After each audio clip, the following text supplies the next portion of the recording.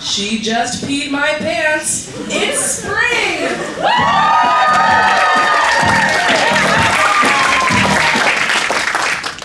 You know when you're shopping and the cashier starts to construct a dominatrix fantasy about you?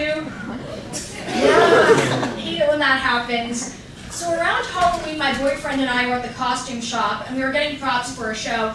And so I'm handing the props to the register, and then I set down a plastic police baton, and the old guy working the register says, "That's what you hit your boyfriend with." I then hand over a pair of fishnet gloves, and the old guy says, "And that's what you wear when you do it." I open my mouth to respond, but the explanation for the gloves, the baton, is too long-winded.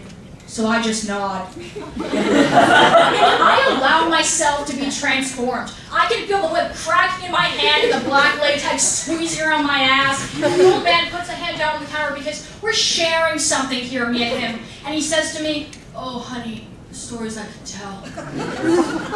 So, the takeaway from that is, I have a boyfriend. Yeah, and apparently some people are surprised that I'm straight because of the way I dress. What? Why would people be surprised? What? Yeah, I get it. Nobody wants to see a heterosexual rock a tie anymore. To that point, another shopping story for you. Last summer I was out and about and this man walked up to me and he said, "You wear boys' clothes?" Somehow it's always random straight men that can instantly tell I'm straight. And I'm talking the worst straight men the world has to offer. I'm sorry, that's an exaggeration. It isn't. So, I was once in possession of 2 grams of cocaine. Don't get excited, I didn't snort it. I'm an angel. The cocaine came to me where I least expected it to. My shift to Dunkin' Donuts. Then again, I guess that's exactly where I would expect it. The cocaine was packaged in a Norse eyeshadow palette that had been left behind by a customer. Finders keepers! I remember holding the cocaine palette in my hand, blissful, unaware of its contents.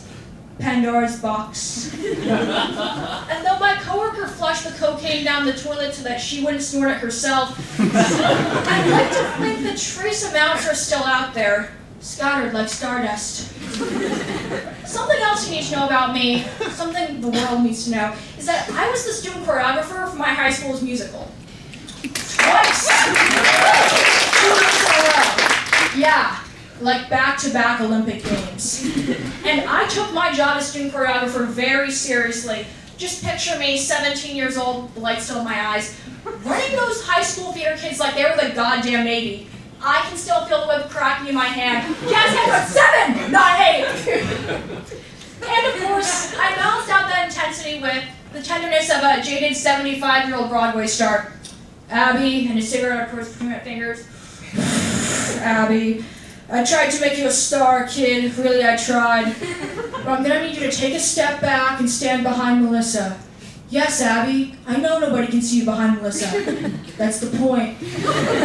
So, yeah, I'm pretty good with kids. A 5-year-old boy has never come up to me and unprompted started pummeling me in the crotch with both fists. Like my body is a sack of flour, Steve Buscemi. That has never happened to me. It has. Me as a child, though, like I said, I'm an angel. The worst thing I did as a child was accidentally slice my head open on a cabinet door.